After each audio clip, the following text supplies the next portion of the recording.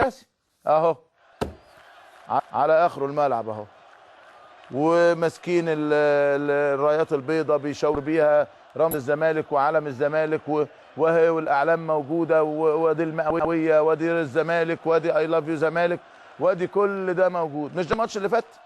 هو ده ماتش ايه؟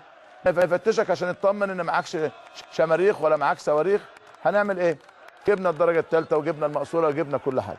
فيعني خلينا نقول نتكلم بمنتهى الامان. معانا مين على التليفون يا جماعه؟ لا مساء الخير يا علاء. ازيك يا كابتن احمد؟ اهلا يا استاذ علاء. حضرتك ايه؟ اتفضل يا فندم. انا اقول 3 نقط بسرعه جدا. اتفضل يا فندم. اول نقطه، احنا ما سمعناش عن جماهير مثاليه من نفسها كده اهو. المثاليه دي بتيجي من وسائل الاعلام هي اللي بتعلم الناس ازاي يبقوا مثقفين كرويا او مثقفين في اي نقطه ثانيه. واخد بال حضرتك؟ دي اول حاجه. ثاني حاجه، الناس ديت مالهاش ذنب صدقني. الناس دي ما عملتش حاجه غلط عشان خاطر تعمل. الواحد رايح يشجع تتنرفزوا، ايه المشكله؟ طب ما الجماهير الجزائريه والتونسيه جم عملوا مشاكل كبيره، والسيد الرئيس محمد حسن مبارك ربنا يخليه لنا امر بالافراج عن الناس دي، رغم ان في ناس دخلت المستشفى وعينيها اتعورت واتعمل فيها، وانت ادرى الناس بالكلام اللي حصل، ورغم كده افرجوا عن الناس دي. ليه نحطم مستقبل العيال دي؟ حرام. عشان خاطر ايه يعني؟ عشان خاطر مباراه، عشان خاطر شاب اتنرفز ان فريقه او فريقه فرق عشان فريقه كسب؟ حرام. انا شايف ان ده اللي بيحصل ده هو لازم التثقيف يجي عن طريق وسائل الاعلام وعن طريق حضرتك اساسا، لان طبعا في جماهير كتيره جدا بتحب برنامجك وبتحب بقالنا 3 سنين بنحكي في الموضوع ده. يعني يا استاذ علاء، حضرتك عايز ان الناس تضرب وتدمر وتولع وتحصل معارك وتحصل خناقات وتقول له ايه يعني حصل؟ ايه الواد متنرفز عشان فريقه اتغلب؟ لا انا مش قصدي كده. امال ايه يا استاذ علاء؟ قصدي دي مشكله. حتى طب الجماهير الجزائريه لما جت هنا يا سيدي مالكش دعوه بالجزائريه وبالتونسيه، خلينا دلوقتي باللي احنا بنشوفه يا استاذ علاء. قدر عندي في واحد وحش لازم ابقى وحش ولا انا ابقى كويس؟ وارد ان الفازه ديت وارد ايه يا استاذ علاء؟ ده النهارده بقت كل مباراه. يعني قول لي الاتوبيس اللي بيتكسر ده والمباراه ما اشتغلتش، قول لي متنرفز من ايه الواد الصغير ده؟ قول لي. التعامل الامني كمان يا فندم قول لي بس يا استاذ علاء. انا الامن كمان معاهم بيزيد من فزيته. الامن فين هنا؟ بيعمل معاهم ايه؟ ما انا جبت لك صوره الامن في الاستاد كانوا بيجروا منه يا استاذ علاء. ما انا جبت لك صوره الامن في محطه سكه الحديد. يعني انا بتصل لان فعلا حرام. انا مش بقول ان في حد ظالم حد، لا، لكن هو الامن اهو. بص الامن واقف. انت مش فاكر في انجلترا حصل ايه قبل كده؟ يا سيدي انا وانت ليه بتجيب لي الامثله السيئه؟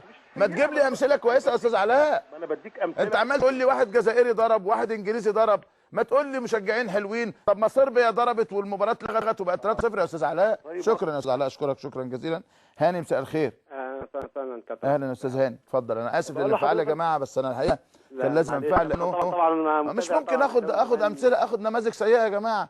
عايز نماذج طيبه. انا ما بحبش اقارن ما بين مصر وما بين الدول الاوروبيه خالص، لان احنا في شكل وهم في شكل تاني. اتفضل يا استاذ. بس احب الفت نظر حضرتك لحاجه. اتفضل. ان دايما الاعلام جميع هو مسؤول عن كل الاعلام مسؤول ان هو يرشد الناس، بس انا شايف ان القرار لازم يكون نابع من اتحاد الكوره نفسه. بمعنى ان اتحاد الكوره لازم يحط لائحه محترمه، يعني غرامه لا تقل عن 100,000 جنيه للفريق. ثانيا ممكن يبقى في نقل مباريات خارج المدينه. ثالثا توصل لخصم نقاط من الدوري. الكلام ده لو حصل يا كابتن احمد اراه ان مفيش اي جمهور هيستجرؤ او يجرؤ يعمل اي حاجه من دي خالص. ده كلام شرط ان اتحاد الكوره يكون ما يخافش من الانديه، ما يراجعش. يعني نعم. الاهلي زي اصغر نادي موجود في الدوري، اصغر مع احترام كل الانديه. لازم اللائحه دي تطبق على الكل، ويكون الاتحاد القوي، اتحاد الكرة قوي وليه شخصيه يهبها الجميع، ولازم تصدر لائحه محترمه. شكرا استاذ هاني، اشكرك. الكلام ده كلام هايل وكلام محترم، لكن انا اقول اصل جمهور الجزائر ضرب وجمهور تونس ضرب وجمهور انجلترا ضرب. طب في جماهير في كوريا وجماهير في اليابان وجماهير في السعوديه وجماهير في تنزانيا وجماهير في سنغافوره وجماهير في المانيا وجماهير في هولندا وجماهير في النمسا وجماهير جنبنا يعني طب ما انا 3 4 5 مشاغبين في الفصل، يبقى الفصل كله يبقى مشاغب. الفصل عنده 40 واحد، يقول لك خليك يا ابني زي الولد المشاغب ولا خليك زي الولد المؤدب؟ مش معقوله يعني.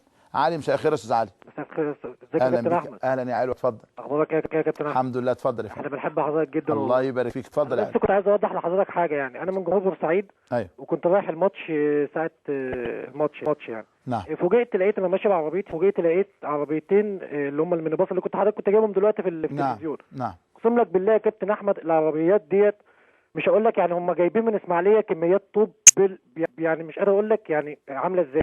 عمالين بيلقوا طوب على الناس اللي ماشيه في الشارع، العربيات اللي ماشيه في الشارع، الستات اللي ماشيه في الشارع، اي حد ماشي في الشارع. يعني انا لولا اللي كان معايا واحد صاحبي قال لي ابعد، كان الطوبه تيجي في الازاز بتاع العربيه تكسره. انا ده الكلام ده كله قبل الماتش، يعني ما حصلش اي حاجه، يعني مثلا ما فيش اي حاجه حصل جوه الاستاد، ما فيش اي حاجه حصلت جوه اي حاجه.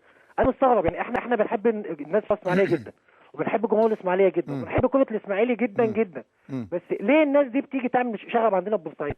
يعني الناس دي لما تيجي تكسر في بورسعيد، الامن ليه حق اللي هو يعمل معاهم كل الكلام ده. انا اسف. شكرا شكرا علي. عبده مساء الخير. الو مساء الخير يا كابتن احمد. مساء الخير يا استاذ عبده، اتفضل يا فندم. انا من دمياط يا كابتن احمد. اهلا وسهلا. واحنا بنحب نتفرج على البرنامج ونتاج مبونيا. اتفضل يا فندم. الوقت المشاهد اللي احنا بنشوفها دي ما ترضيش اي ولا مسلم ولا اي حاجه في الدنيا، لان احنا رياضه. الرياضه دي اخلاق. ولازم نتحلى بالاخلاق، نعرف ان في بيوت وفي شباب وفي بنات وفي حريم بيتفرج على الحاجات دي. انا كابتن احمد يعني المفروض الشباب والكبير والصغير رايح ماتش كوره. يعني انا عندي عيلين توأم، موهبه من عند ربنا في الكوره، بخاف والله بخاف.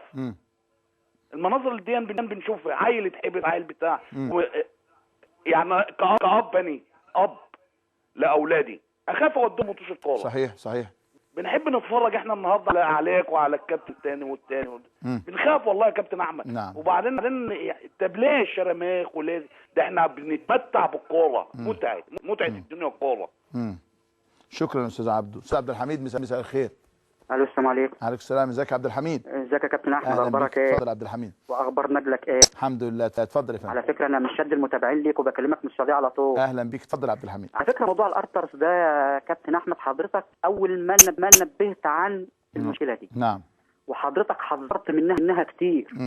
والموضوع ده ملوش حل. حتى الاخ اللي كان بيتكلم من شويه بيقول خصم نقاط ومش خصم نقاط، حتى لو اتعمل كده يا كابتن، يعني ممكن جماهير الاهلي تندس في وسط جماهير الزمالك، وجماهير الزمالك تندس في وسط جماهير الاهلي. الموضوع ده انا شايف كده انه ملوش حل، ولازم له توعيه. يعني الموضوع ده يتحل على المدى البعيد، توعيه في توعيه في توعيه لغايه ما يتحل. انما موضوع خصم نقاط، وانا شايف ان الموضوع ده بصراحه ملوش حل، لان الشباب دول ممكن يندس في وسطهم شباب عنده مشاكل ويعملوا مشاكل. فانا شايف ان الموضوع طالما فيه جماهير وكده ملوش حل.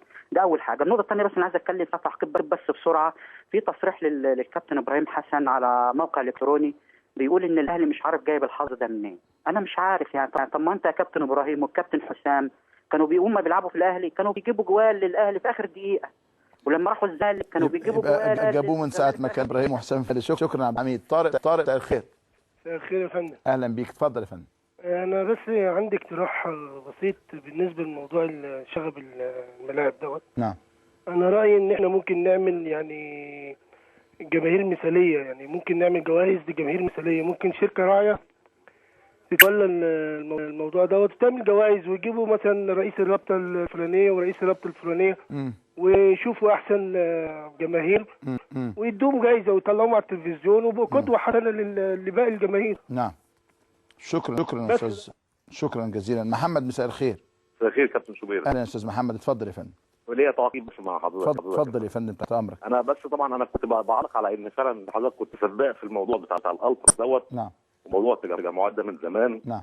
النهارده الالتراس دخل نفسه في سكك مش بتاعته خالص، بدليل ان في ماتش الاهلي بدل ما يأزروا النادي ويشجعوه بالطريقه اللي هي مثلا اللي هي المستحبه اللي هم عرفونا عليها في بدايتهم. نعم. بدأوا دلوقتي يتدخلوا في امور ثانيه خالص. نعم. الا وهي حضرتك اليافط اللي لقيتها. نعم نعم. عفوا ما اعرفش نعم. عفى عليه الزمن وبتاع. دي تدخلات ما اعتبرش ان هي مسموح بيها كابتن شوبير. يعني قصدي اقول مساندتهم المفروض هي تقتصر على التشجيع المثالي والاحتفال بالرضا. نعم. وشحذ الهمم للفريق وكده. دي حاجه. بالنسبه للحاجه الثانيه حضرتك موضوع ابو سعيد والاسماعيليه ده. معاك يا كابتن شوبير؟ معاك يا فندم بسمعك. قصدي اقول ان حضرتك موضوع الاسماعيليه دوت يعني موضوع عارفين طول عمرنا عارفين ان الاسماعيليه يعني طول عمرها بقى عالي على البورسعيد. ايه لما بورسعيد تغلب ماتش مثلا يعني؟ ايه الدنيا قامت لما الاسماعيلي مثلا؟ خلي بالك 3/4 الشغب او 90% من الشغب حدث قبل اللقاء. اشكرك استاذ محمد. استاذ ممدوح مساء الخير. مساء الخير يا كابتن. اهلا صديقنا العزيز. حضرتك اتفضل يا فندم. ان شاء الله يكون الشاب الصغير الحمد لله ربنا يخليك. اتفضل يا استاذ ممدوح.